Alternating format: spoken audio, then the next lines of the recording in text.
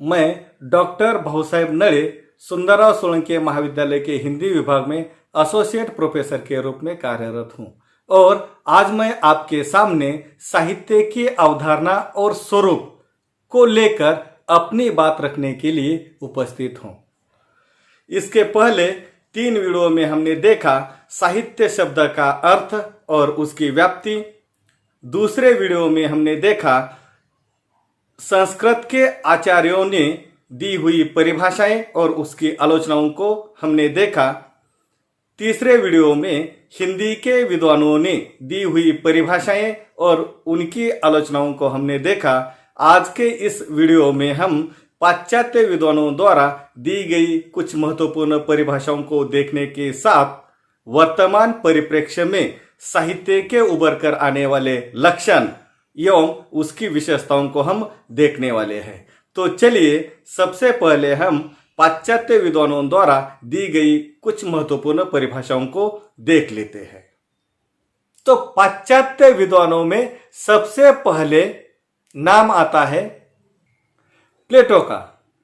प्लेटो ने अपने युगीन परिस्थिति और साहित्य को सामने रखते हुए साहित्य को परिभाषित करने का काम किया है। उन्होंने लिखा है, साहित्य अज्ञान जन्य होता है, साहित्य जीवन से दूर होता है, क्योंकि भौतिक पदार्थ स्वयं ही सत्य की अनुकृति है। फिर साहित्य तो भौतिक पदार्थों की अनुकृति होता है, अतः वह अनुकरण का अनुकरण है।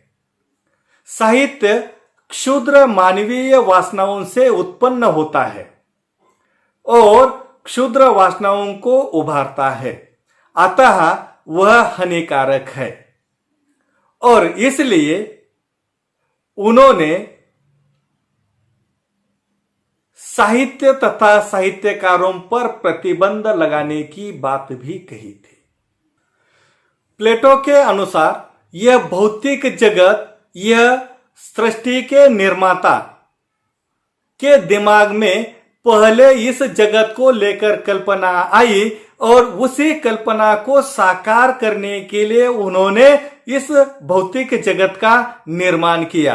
अर्थात निर्माता के दिमाग में आई हुई कल्पना की अनुकृति यह भौतिक जगत है और साहित्यकार अपने साहित्य के माध्यम से इस भौतिक जगत की अनुकृति अपने साहित्यिक कृति के अंतर्गत उतारने का प्रयास करता है। और इसलिए अनुकरण का अनुकरण भौतिक जगत और भौतिक जगत का अनुकरण साहित्य जगत में आ गया है। और इसलिए प्लेटो साहित्य को अनुकरण का अनुकरण मानता है और इसलिए उसमें अभिव्यक्त होने वाली जो अनुभूतियां हैं वह क्षुद्र है और यह समाज के लिए हानिकारक है।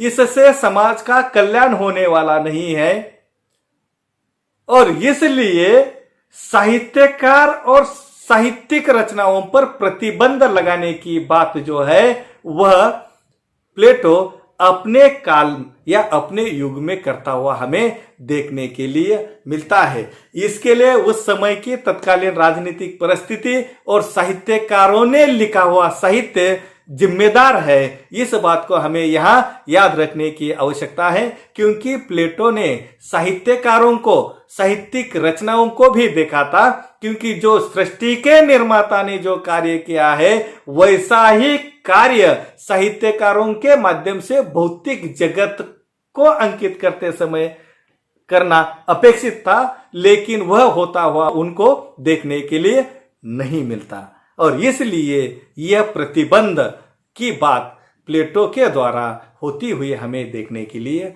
मिलती है। दूसरे महत्वपूर्ण पाश्चात्य विद्वान है अरस्तु। अरस्तु यह प्लेटो के शिष्य है। प्लेटो ने जिस ढंग से साहित्य को परिभाषित करने का प्रयास किया उसको बगल देते हुए अरस्तु ने समन्वय उनमें स्थापित करने की दृष्टि से साहित्य को परिभाषित करने का प्रयास किया है। और यह प्रयास करते हुए उन्होंने लिखा है, साहित्य जीवन और जगत का कलात्मक और भावनात्मक पुनः सृजन है। अर्थात जो साहित्य लिखा जा रहा है उस साहित्य में जीवन और जगत की कलात्मक अभिव्यक्ति साहित्यकार करता है। यानी कि इस भौतिक जगत में उसे जो देखने के लिए मिलता है उसकी कलात्मक अभिव्यक्ति वह करता है। अर्थात वह अनुकरण का अनुकरण भले ही करता हो लेकिन उसमें कलात्मकता लाने का प्रयास करता है और इसलिए जो निर्माण किया गया है उसको दोबारा निर्माण करने का काम वह अपनी रचना के माध्यम से करने लगा है और इसलिए वह साहित्य पुनः सृजन है। जो विधाता ने निर्माण किया हुआ भौतिक जगत है उस जगत को फिर दोबारा अधिक सुंदर बनाने का काम जो है वह साहित्यकार करता है और इसलिए यह पुनः सृजन है और इसलिए वह मौलिक भी है। इस दृष्टि से देखा जाए तो अरस्तु की यह परिभाषा जो है वह परिभाषा हमें महत्वपूर्ण लगती है, क्योंकि यह पुनः सृजन एक नया निर्माण, समाज का निर्माण करने का काम साहित्य करता है, व्यक्ति को निर्माण करने का काम साहित्य करता है, सभ्यता और संस्कृति को निर्माण करने का काम करता है, वैचारिक धारा समाज में प्रवाहित करने का काम करता है। इतना ही नहीं तो रचनात्मक कार्य और सृजनात्मक कार्य करने के लिए प्रेरित करने का काम भी यह साहित्य करता है। और इसलिए प्लेटो के बाद अरस्तु ने दी हुई परिभाषा जो है वह साहित्यिक परिभाषा के नजदीक पड़ती हुई हमें देखने के लिए मिलती है। अगले महत्वपूर्ण आचार्य है मैथ्यू अर्नाल्ड। इन्होंने कविता को परिभाषित करते हुए लिखा है, कविता अपने मूल रूप में जीवन की आलोचना है।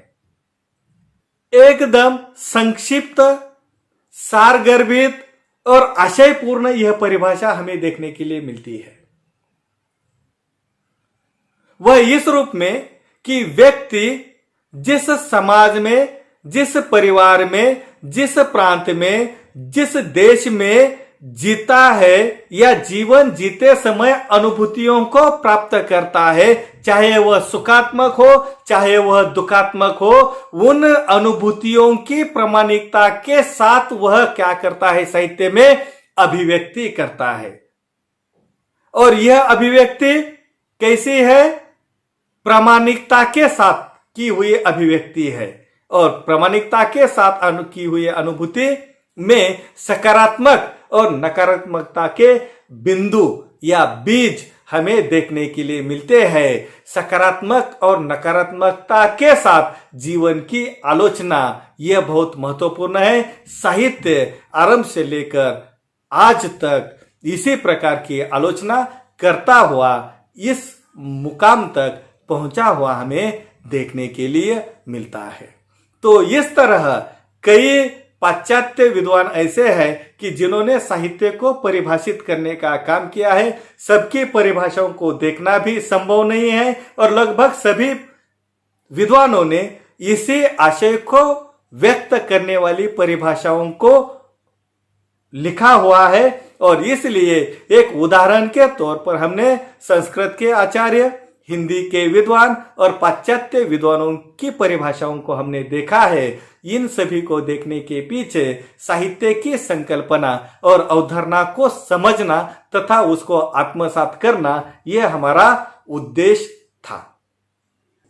साहित्य शब्द का अर्थ, उसकी व्याप्ति और अवधारणा एवं स्वरूप को लेकर विद्वानों ने दी हुई परिभाषाओं को देखने के बाद साहित्य के लक्षण एवं विशेषताएं उभर कर हमारे सामने आती हैं।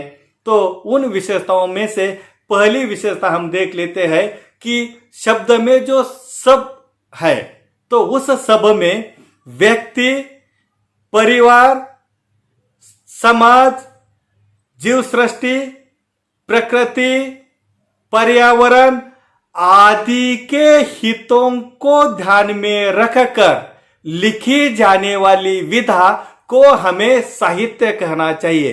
केवल समाज के हित की बात नहीं, केवल व्यक्ति तथा परिवार के हित की बात नहीं है, व्यक्ति और परिवार का हित ही इन सभी घटकों के हितों पर निर्भर करता है। और इसलिए इन सभी के हितों की बात करने वाली विधा को हमें साहित्य के अंतर्गत समाविष्ट करने की आवश्यकता है। दूसरी महत्वपूर्ण विशेषता है कि खास भाषा शैली अर्थात अनुभवों की अभिव्यक्ति हो, जीवन की आलोचना हो, इन सभी के केंद्र में संस्कृत के आचार्य हो, हिंदी के आचार्य हो या पाश्चात्य आचार्य हो, इन्होंने शब्द और अर्थ को महत्वपूर्ण रूप से स्थान दिया है। अर्थात जो भाषा को समृद्ध करती है, भाषा को जीवित करती है, भाषा को आगे बढ़ने के लिए प्रेरित करती है, वह विधा साहित्य के अंतर्गत समाविष्ट होती है। खास भाषा शैली और विधानों का प्रयोग जिस विधा के अंतर्गत किया जाता है वह उस विधा को हम साहित्य कहते हैं। कलात्मक अभिव्यक्ति को हमने बार बार इसके पहले सुना है। यह कलात्मक अभिव्यक्ति अन्य विधाओं में हमें देखने के लिए नहीं मिलती। शब्द और अर्थ के चयन पर अन्य किसी विधाओं में अधिक बल हमें दिया हुआ देखने के लिए नहीं मिलता। केवल साहित्य ही एक ऐसी विधा है कि जिसमें शब्द और अर्थ पर भी बल दिया जाता है और भाषा की कलात्मक अभिव्यक्ति पर भी बल दिया जाता है, जिसमें छंद है, अलंकार है, रस है, ध्वनि है। इन सभी को ध्यान में रखकर खास भाषा शैली का प्रयोग साहित्य के अंतर्गत किया जाता है। दूसरी महत्वपूर्ण बात यह है कि साहित्य के अंतर्गत खास विचारधारा को प्रस्तुत किया जाता है। उसका उद्देश्य ही होता है कि संसार में, समाज में, परिवार में, व्यक्ति में वैचारिक बदलाव लाना यह साहित्य का उद्देश्य होता है। और इस उद्देश्य की पूर्ति के लिए ही साहित्य का सृजन होता है। जब अनेक लोगों के विचारों में परिवर्तन हो जाता है तब वह सामाजिक परिवर्तन हमें देखने के लिए मिलता है, तब वैचारिक परिवर्तन हमें देखने के लिए मिलता है, तब सिद्धांत के रूप में विचार स्थापित होते हुए हमें देखने के लिए मिलते हैं। यह परिवर्तन साहित्य का उद्देश्य होता है। यह एक लक्षण हम देख सकते हैं। अगला महत्वपूर्ण लक्षण या विशेषता हमें देखने के लिए मिलती है कि लगभग सभी विद्वानों ने साहित्य को जीवन की आलोचना के परिप्रेक्ष्य में देखने का प्रयास किया है। अर्थात साहित्य जीवन की आलोचना है। साहित्य में जीवन का प्रतिबिंब हमें देखने के लिए मिलता है। अर्थात जो जिया, जैसे जिया, जिस हालत में जिया, वह सभी हमें जीवंत रूप में साहित्य के अंतर्गत देखने के लिए मिलता है। अगला साहित्य के अंतर्गत महत्वपूर्ण लक्षण हमें देखने के लिए मिलता है कि साहित्य मनुष्य के भाव, विचार और कल्पनाओं को समृद्ध करने के साथ साथ इन सभी के समन्वय से रचनात्मक कार्य करने की प्रेरणा व्यक्ति तथा समाज को निरंतर देता हुआ हमें देखने के लिए मिलता है। और इसलिए इन सभी भावों को पुष्ट करने वाला तथा व्यक्ति को रचनात्मक कार्य करने के लिए प्रेरित करने वाली विधा को हम साहित्य के अंतर्गत रख सकते हैं, या उस विधा का समावेश हमें साहित्य के अंतर्गत करना चाहिए। यह एक समय की मांग है। इस बिंदु पर भी आज हमें विचार करने की आवश्यकता है। अनुभूति की प्रधानता तो साहित्य के अंतर्गत होती ही है, जिसमें प्रामाणिकता और सत्यता हमें देखने के लिए नहीं मिलेगी। वह कोरी कल्पना और वह कोरे विचार और वह कोरी अनुभूति, एकमात्र पागलपन का दौर हमें देखने के लिए मिलेगा, अन्य दूसरा कुछ भी नहीं। अगली महत्वपूर्ण विशेषता या साहित्य का अंग हमें देखने के लिए मिलता है कि साहित्य मनुष्य के संस्कार, संस्कृति, सभ्यता की जड़ों को निरंतर पोषित करता है, पुष्ट करने का काम करता है और एक पीढ़ी से दूसरी पीढ़ी तक पहुंचाने का काम करता है। और इसलिए यह त्रिकाल बाधित सत्य है, तीनों कालों में न बदलने वाला सत्य साहित्य के अंतर्गत हमें देखने के लिए मिलता है। अन्य विधा में ऐसा नहीं है। अन्य विधा में परिस्थिति और परिवेश के अनुसार या घात प्रतिघातों के अनुसार इसमें परिवर्तन होता हुआ हमें देखने के लिए मिलता है। अगला साहित्य का महत्वपूर्ण अंग हमें देखने के लिए मिलता है कि साहित्य समाज में विशिष्ट प्रकार की रुचि या अभिरुचि के साथ एक विशिष्ट प्रकार की विचारधारा निर्माण करने के लिए कटिबद्ध हमें देखने के लिए मिलता है। इस तरह की कटिबद्धता अन्य विधाओं में हमें देखने के लिए नहीं मिलती और इसलिए यह भी एक साहित्य का महत्वपूर्ण अंग या साहित्य का महत्वपूर्ण लक्षण हमें देखने के लिए मिलता है। और साथ ही यह भाषा को समृद्ध करने का काम करता है। अंतिम महत्वपूर्ण अंग या एवं महत्वपूर्ण विशेषता के रूप में कहा जा सकता है कि साहित्य की कोई सीमा नहीं है। साहित्य के लिए विषय का भी बंधन नहीं है। हम कहते हैं जो न देखे रवि वह देखे कवि, अर्थात कल्पना के आधार पर वह सृष्टि के सभी अंगों को वह स्पर्श करते हुए उन सभी को विषय बनाकर वह साहित्य का सृजन कर सकता है। इस तरह साहित्य शब्द का अर्थ, व्याप्ति और विद्वानों ने दी हुई परिभाषाओं को देखने के बाद निष्कर्ष रूप में साहित्य की परिभाषा, लक्षण एवं अंगों को हम देख सकते हैं।